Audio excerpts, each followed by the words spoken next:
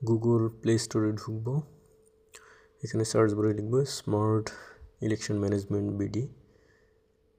Search দিয়ে যে অ্যাপসটা আসবে এটা আমরা ইনস্টল করে নিব।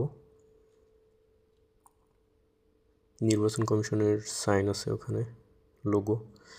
তো এটা এখান থেকে ওপেন করে নিলাম। ওপেন করার পরে ভাষা ঠিক করে নিতে হবে। আমি ইংলিশে দিচ্ছি, চাইলে বাংলাতে দিতে পারেন। পরে এখানে এই যে সাইন যেটা, এটাতে ক্লিক দিব। এরপরে এই যে ডিটেলস লেখা, এখানে ডিটেলস লেখায় ক্লিক দিতে হবে। দেওয়ার পরে এখান থেকে আপনার তথ্য, ব্যক্তিগত তথ্য, এনআইডি নাম্বার এবং জন্ম তারিখ, এই দুইটা এখানে ইনপুট দিতে হবে। একেবারে সিম্পল। এখান থেকে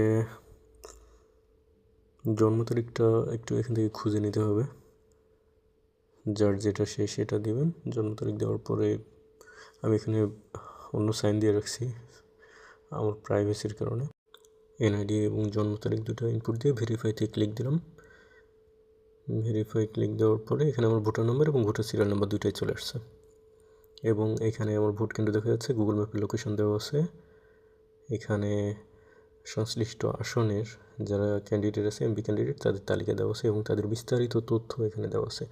এখানে এফিডেভিট আছে যেটা হলফনামা নির্বাচনী, এবং বিস্তারিত তথ্য এখানে ক্লিক দিলেই আপনি পেয়ে যাবেন সবগুলো।